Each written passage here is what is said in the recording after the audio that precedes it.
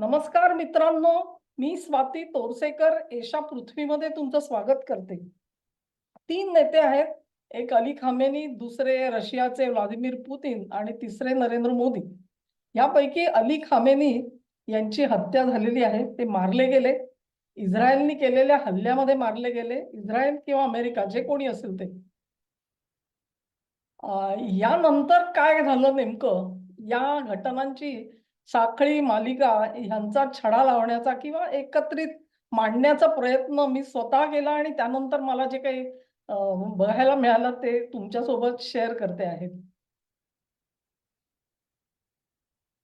28 फेब्रुवारीला जी बातमी आली त्याच्यामध्ये अली खामेनी यांची हत्या झाल्याचीच बातमी आली आणि त्या हल्ल्यापासूनच इस्रायल अमेरिका विरुद्ध इराण या लढाईला सुरुवात झाली. या युद्धाला सुरुवात झाली म्हणू आपण लढाईपेक्षा सुद्धा. आणि त्या हल्ल्यामध्ये केवळ अली खामेनी नाही तर त्यांचं संपूर्ण वरिष्ठ नेतृत्व हे पूर्णपणे गारद करण्यात आलेलं होतं. यानंतर जे रिपोर्ट्स आले त्याच्यामध्ये असं सांगितलं गेलं, की अगदी उघडपणे सांगितलं गेलं, की जो काही त्यांची बैठकीची जागा होती, त्या बैठकीच्या जागेमध्ये हे विविध लोक जेव्हा तिथे येतात, ते स्वतःच्या अर्थात गाड्या घेऊन आलेले होते आणि ते तिथे पोहोचले. त्यांच्या गाड्या ट्रॅक केल्या गेल्या वाहतुकीमधून ते तिथपर्यंत आले आणि त्यानंतर कन्क्लुजन काढलं गेलं म्हणजे अ, की हे सर्व नेते तिथे पोहोचलेले आहेत आता आणि मग हल्ला केला गेला असं सांगितलं गेलं. तेव्हा त्या गाड्या तिथपर्यंत आल्या, त्या कशा काय ट्रॅक झाल्या, तर ते असं सांगितलं गेलं की रस्त्यावरती कॉर्नर कॉर्नरला जे सीसीटीव्ही कॅमेरे बसवलेले आहेत, त्याचं सगळं जे स्ट्रीमिंग होत असतं त्याच्यामधून कुठल्या गाड्या गेल्या, कुठल्या नाही गेल्या ह्याची शहानिशा केली गेली आणि मग झालं. त्याच्याबरोबर आणखी पण एक बातमी आलेली होती, की ह्युमन इंटेलिजन्स पण होता. म्हणजे त्या सगळ्या परिसरामध्ये प्रत्यक्ष काही हेर सुद्धा हजर होते आणि त्यांनी देखील पुष्टी दिली. मग तो हल्ला केला गेला असं आपल्याला सांगितलं गेलं होतं. ही बातमी एवढी आली आणि कदाचित तुम्ही आणि मी आपण त्याच्याकडे फारसं लक्ष दिलं नसेल. पण ह्यानंतर बिलकुल म्हणजे जवळ-जवळ एक 24 तास किंवा 48 तासापेक्षा कमी तासामध्ये रशियाने आपल्याकडच्या इंटरनेटच्या नियंत्रणामध्ये खूप मोठे फेरफार केले. कारण हे स्पष्ट झालं, की ते जे सीसीटीव्ही कॅमेरे होते, त्या कॅमेऱ्यांमध्ये इस्रायलनी प्रवेश मिळवलेला आहे. म्हणजे ते जे सगळं नेटवर्क आहे, जाळं जे आहे, त्याच्यामधून जी माहिती स्ट्रीमिंग होत असते, तो डेटा इस्रायलला उपलब्ध होता आणि त्या बेसिसवरती हा हल्ला केला गेला. ही खूप मोठी धोक्याची सूचना होती. कुठल्याही देशामध्ये इंटरनेट हे रेग्युलेट होत असतं, नियंत्रण असतं त्याच्यावरती. नियंत्रणाचे 2 प्रकार असतात. नियंत्रणामध्ये असं सांगितलं जातं, की आपण कसं म्हणतो नॉर्मली, की बाबा इथे कोणालाही प्रवेश नाही, असं लिहिलेलं असतं. बरोबर आहे, प्रवेश निषिद्ध. आणि मग काय तर ज्याच्याकडे आय कार्ड आहे, की बाबा हां, ह्याला तर त्याला प्रवेश देता येईल. ते आय कार्ड व्हॅलिड असलं पाहिजे. त्याची मुदत संपलेली नसली पाहिजे. एवढं तो रखवालदार असतो, तो चेक करतो आणि मग तुम्हाला गेटमधून आतमध्ये सोडत असतो. दुसरा एक प्रकार जो कसा असतो, जो इंटरनेटवरती वापरला जातो, की सर्व साइट्सला अनुज्ञा आहे, पण या 100 साइट ज्या आहेत, तिथे मात्र तुम्ही जाऊ शकत नाही. म्हणजे जगभरामध्ये कोट्यवधी वेबसाईट्स आहेत.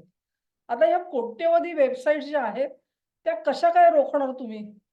प्रत्येकाला तुम्ही सर्टिफिकेट थोडीच देत बसणार आहात, की बाबा हां, तू आत येऊ शकतो, तू आत येऊ शकतो. तर त्यांनी नॉर्मली देश सगळे काय म्हणतात, "हां, ठीक आहे, ज्याला यायचं त्या सगळ्या साइटवर तुम्ही जा, तुम्हाला पाहिजे तिथे. फक्त या महत्त्वाच्या ह्या साइट्स आहेत, इथे तुम्हाला जाता येणार नाही." मध्यंतरीच्या काळात म्हणजे ऑपरेशन सिंदूर नंतर पाकिस्तानी सगळे जे लोक YouTubeवर चॅनेल्स बघत वरतून काही दिशाभूल करणारी माहिती देत होते. त्यावेळेला भारत सरकारने ती YouTube चॅनेल सुद्धा बंद केलेली होती. म्हणजे केवळ YouTube पूर्ण बंद नाही केलं, पण तेवढी चॅनेल सुद्धा बंद केलेली होती. तेव्हा अशी ब्लॅकलिस्ट तयार केली जाते एकतर. मग त्या ब्लॅकलिस्टमध्ये जो कोण असेल, तिथे नागरिक ती साइट बघू शकत नाही. दुसऱ्या पद्धतीमध्ये एक व्हाईट लिस्ट तयार केली जाते, की बाबा एवढ्यांना फक्त आत सोडायचं, बाकी कोणालाच सोडू नका. जगात किती कोट्यवधी वेबसाईट आहेत ह्याचा मला काही संदर्भ नाही. माझे जे कोणी नागरिक आहेत त्यांना या 100 साईट मिळाल्या ना, की त्यांचं काम होतं. So don't worry about anything else. Just close down everything. This is the white list. त्यामुळे एक ब्लॅक लिस्ट असते आणि एक व्हाईट लिस्ट असते. रशियामध्ये अर्थातच ते ब्लॅकलिस्ट पद्धतीने इंटरनेटवरती नियंत्रण करत होते. म्हणजे कोट्यवधी वेबसाईटकडे तुम्हाला जाता येत होतं. त्यांनी ज्या कोणी कुठल्या वेबसाईट ज्या ब्लॉक केलेल्या होत्या, तिथे तुम्हाला जाता येत नव्हतं.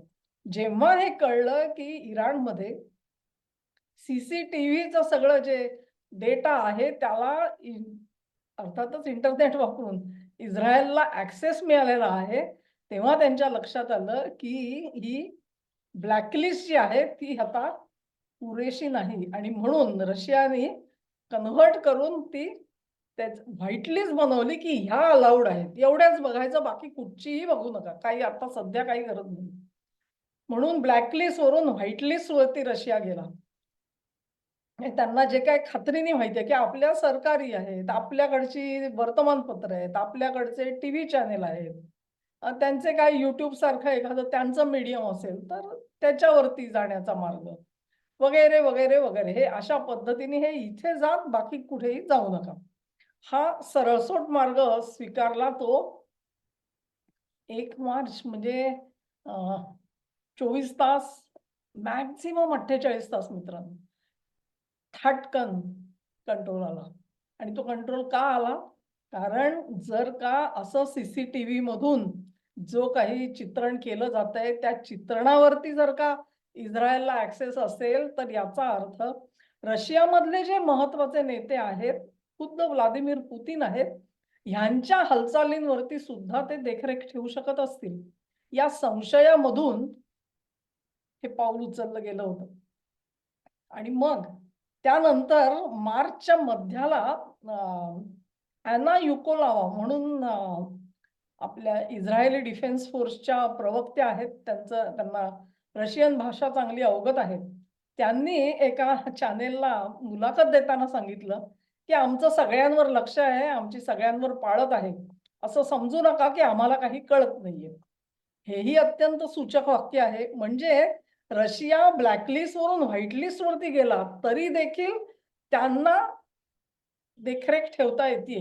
ही बाब अत्यंत महत्त्वाची आहे. आणि मग त्याच्यातून आणखी एक गोष्ट स्पष्ट झाली, की टेलिग्राम नावाचं काहीतरी एक चॅनेल आहे.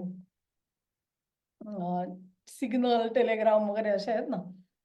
त्याच्यामधून सुद्धा माहिती पुरवली जाऊ शकते. आणि हे जे चॅनेल आहे ते त्यांचे स्वतःचे त्यांनी प्रोटोकॉल तयार केलेले आहेत.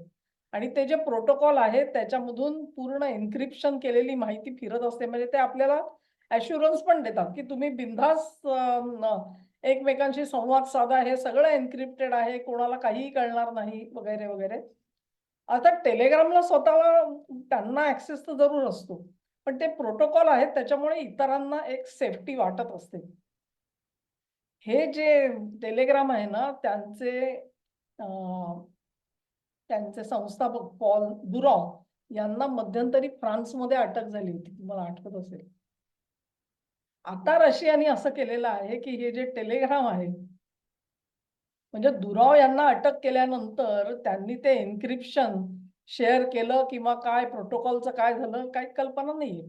आता रशियानी जे इंटरनेटवरती बंधनं आणलेली आहेत त्याच्यात त्यांनी असं केलेलं आहे, की त्यांनी टेलिग्राम वरती सुद्धा ही बंधनं लागू केलेली आहेत आणि तुम्ही एखाद्या व्ही-पी-एनमध्ये बसला असाल, तर त्या व्ही-पी-एनला सुद्धा बायपास करता येत नाहीत ती बंधनं.